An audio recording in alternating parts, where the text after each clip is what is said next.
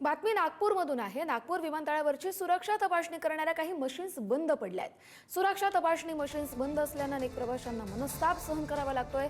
सुरक्षा तपासणी काउंटर परिसरात त्यामुळे प्रवाशांची गर्दी झाली आहे। मुंबई आणि दिल्लीला जाणारी विमानं वेळेवर असल्याने प्रवाशांना त्याचा फटकाही बसतोय। डीजी यात्रा सॉफ्टवेअर सुद्धा बंद पडलंय, त्यामुळे अर्थातच विमानतळावरती आता प्रवाशांना ताटकळत उभं राहावं लागतंय।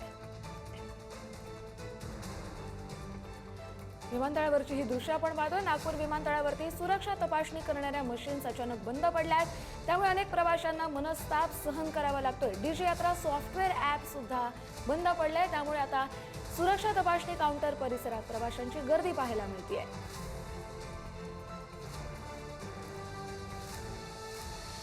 मुंबई आणि दिल्लीला जाणारी जी विमानं आहेत ती वेळेवर आहेत, पण सुरक्षा तपासणी वेळेवर होत नसल्याने या सगळ्या प्रवाशांना ताटकळत उभं राहावं लागतंय।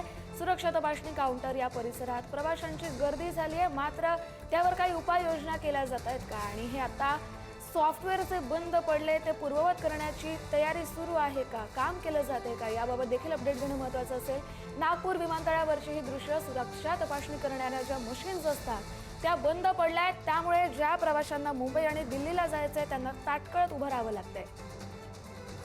अधिकचे अपडेट घेऊया आपले प्रतिनिधी जितेंद्र शिंगाडे यांच्याकडून। जितेंद्र, सध्याचे काही अपडेट्स आहेत? मशीन्स पूर्ववत व्हायला किती वेळ लागेल? विमानतळ प्राधिकरणाकडून, तिथल्या अधिकाऱ्यांकडून काही अधिकची माहिती मिळाली आहे का? कस्तुरी, आज सकाळपासून या मशीन्स बंद पडल्या, त्यामुळे प्रवाशांची जी आहे ते सध्या मनस्ताप सहन करावा लागत आहे। कारण काही मशीन्स जे आहेत, खास करून ज्या सिक्युरिटी चेकअपच्या ज्या मशीन असतात, स्कॅनर्स असतात, त्या काही मशीन्स बंद पडल्याने पूर्णपणे हाताने तपासणी करण्यात येऊन राहिलेली आहे CISF द्वारे।